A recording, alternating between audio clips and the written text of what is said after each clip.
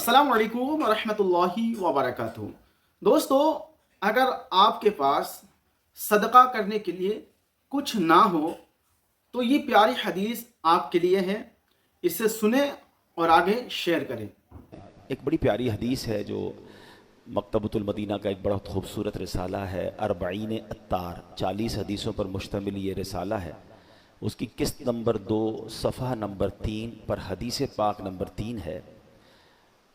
حدیث کا جو الفاظ ہیں وہ بڑے پیارے ہیں۔ ایما رجل مسلم لم یکن عندہ صدقہ، جس مسلمان کے پاس صدقہ کرنے کے لیے کچھ نہ ہو، فَلْيَقُلْ فِي دُعَائِهِ، تو اسے چاہیے کہ اپنی دعا میں یہ کہہ لیا کرے۔ کیا کہہ لیا کرے؟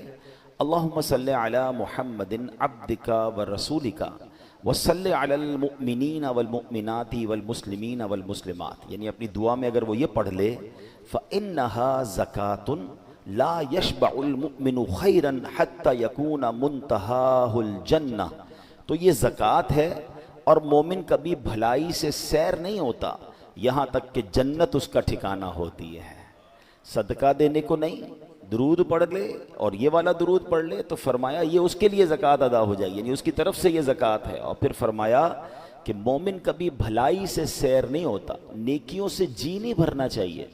کچھ لوگ کہتے ہیں بھائی پڑھ لی نا نماز، صدقہ دے دیا تھا 1 مہینہ پہلے، فلاں نیک کام کر لیا تھا، بھلائی سے جس کو کہتے ہیں نا دل نہیں بھرنا چاہیے۔ اور نیکیاں، جس طرح مال سے دل نہیں بھرتا، دنیا کی چیزوں سے دل نہیں بھرتا، لوگ نیکیوں سے دل بھر جاتا ہے۔ اللہ وہ ہمارا دل بنا دے کہ ہمیں گناہوں سے نفرت ہو جائے اور نیکیوں سے ایسا پیار ہو جائے کہ ایک کے بعد ایک نیکی، ایک کے بعد ایک نیکی کرنے کا ذہن بن جائے۔ اب مثال کے طور پہ اگر دنیاوی اگزامپل، پہلے میں اس حدیث کو پورا کر لوں، اور پھر فرمایا کہ جنت اس، یہاں تک کہ جنت اس کا ٹھکانہ ہوتی ہے، اس کا بھلائی سے سیری نہیں ہوتی یہاں تک کہ جنت اس کا ٹھکانہ ہوتی ہے۔ اب میں فار ایگزامپل سمجھانے کے لیے کہہ رہا ہوں کہ اگر ہمیں یہ کہا جائے کہ ایک فرض نماز پڑھیں گے تو آپ کے اکاؤنٹ میں 50,000 روپے جمع ہو جائیں گے، 2 رکعت نفل پڑھیں گے تو 10,000 روپے جمع ہو جائیں گے، ایک تسبیح کلمہ پاک کی پڑھیں گے تو 5,000 جمع ہو جائیں گے، ایک تسبیح درود پاک کی پڑھیں گے تو 5,000 جمع ہو جائیں گے۔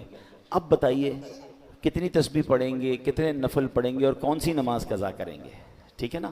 یعنی دنیا کی چیزیں ہوں تو پھر بندہ نہ دن دیکھتا ہے نہ رات دیکھتا ہے، کسی طرح دنیا کا مال آتا رہے۔ لیکن اگر ہمیں یقین ہو جائے کہ میرا ہر سجدہ، میری ہر نماز، میری ہر تسبیح میرے لیے جنت کے خزانے جمع ہو رہے ہیں تو پھر سیری کیسے ہوگی؟ پھر دل کیوں بھرے گا؟ بس صرف ذہن بنانے کی دیر ہے۔ 50-60 سال کی زندگی میں پیسے مل جائیں تو میں محنت کرنے کے لیے تیار ہوں۔ 60 سال ہی جئیں گے نا، 70 جی لیں گے، 80 جی لیں گے، کتنا جئیں گے؟ لیکن مرنے کے بعد قیامت تک قبر میں رہنا ہے، وہ پتہ نہیں کتنے 100 سال رہنا ہے، اور اس کے بعد قیامت کا دن 50,000 سال کا دن، اور پھر نہ ختم ہونے والی جنت جس کی کوئی ایکسپائری ڈیٹ نہیں ہے۔ تو میں 70 سال کی زندگی، 80 سال یا 60 سال کی زندگی کے لیے تو اتنی کوشش کروں، اور جو نہ ختم ہونے والی آخرت والی زندگی ہے اس میں سستی کروں؟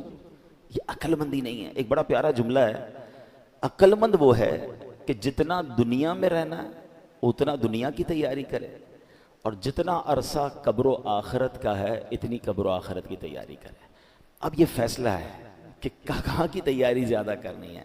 تو بڑی خوبصورت حدیث کا یہ جو جز ہے نا، میں دوبارہ پڑھتا ہوں کہ مومن کبھی بھلائی سے سیر نہیں ہوتا، یعنی بھلائی سے اس کا دل نہیں بھرتا یہاں تک کہ جنت اس کا ٹھکانہ ہوتی ہے۔ تو اس حدیث میں بڑی خوبصورت نصیحت بھی مل گئی اور درود پاک کی فضیلت بھی پتہ چل گئی۔ تو کثرت سے درود پاک پڑھتے رہا کریں۔ السلام خسرو دنیا و دین، السلام اے راحت جان حزین، السلام اے نور ایمان، السلام السلام اے راحت جان، السلام غمزدوں کو آپ کر دیتے ہیں شاد، سب کو مل جاتی ہے منہ مانگی مراد، کیجئے رحمت حسن پر کیجئے، دونوں عالم کی مرادیں دیجئے۔ دوستو، آپ نے حدیث مبارکہ کو سماعت کیے، اپنی رائے ضرور کمنٹ باکس میں دیجیے گا۔ ملتے ہیں کسی اور ویڈیو میں، تب تک اپنا خیال رکھیں۔ خدا حافظ۔ السلام علیکم ورحمۃ اللہ۔